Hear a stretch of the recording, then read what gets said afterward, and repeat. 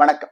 நம்ம வாழ்க்கையில பலவிதமான கஷ்டங்களுக்கும் தீர்வாகி நம்மளோட எதிரிகளை நமக்கு எதிராக செயல்பட விடாம தடுத்து நமக்கு பலவிதமான செல்வங்களை கொடுக்கக்கூடிய அற்புதமான தெய்வமாக வாராகி தேவியானவள் சொல்லப்படுறாங்க. இந்த வாராகி தேவியை வழிபடுவதற்கு எளிய வழியை கும்பமுனின்னு சொல்லப்படக்கூடியவரும் தமிழ் முனின்னு சொல்லப்படக்கூடியவருமான அகஸ்தியர் ஞானத்தில் சிறந்த வேத ஞானமே வடிவான ஹயக்ரீவரை கேட்க, ஹயக்ரீவர் 12 நாமங்களை, அதாவது வாராகி தேவியினுடைய 12 பெயர்களை ஒரு ஸ்தோத்திரமாக நமக்கு கொடுத்திருக்க.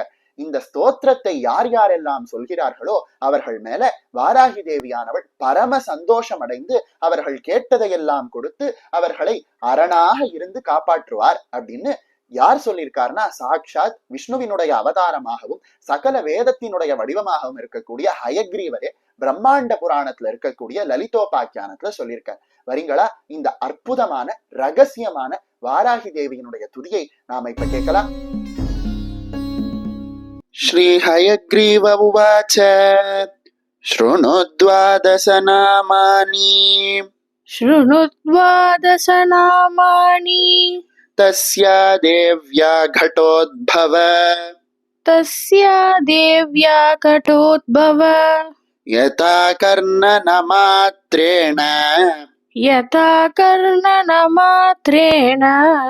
प्रसन्ना सा भविष्यति पंचमी दंडनाथा च संकेता समयेश्वरी तथा समय संकेता वाराही पौत्रिणी शिवा वार्ताली च महासेना आज्ञा चक्रेश्वरी तथा अरिग्नी चेति संप्रोक्ता नामद्वादशकं मुने नामद्वादशकापिक्य वज्रपञ्चरमध्यकः संकटे दुःखमाप्नोति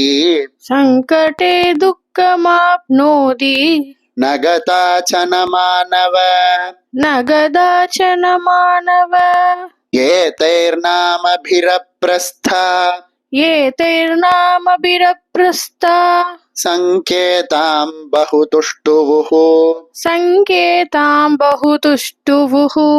तेषामनुग्रहार्थाय प्रचचाल च सा पुनः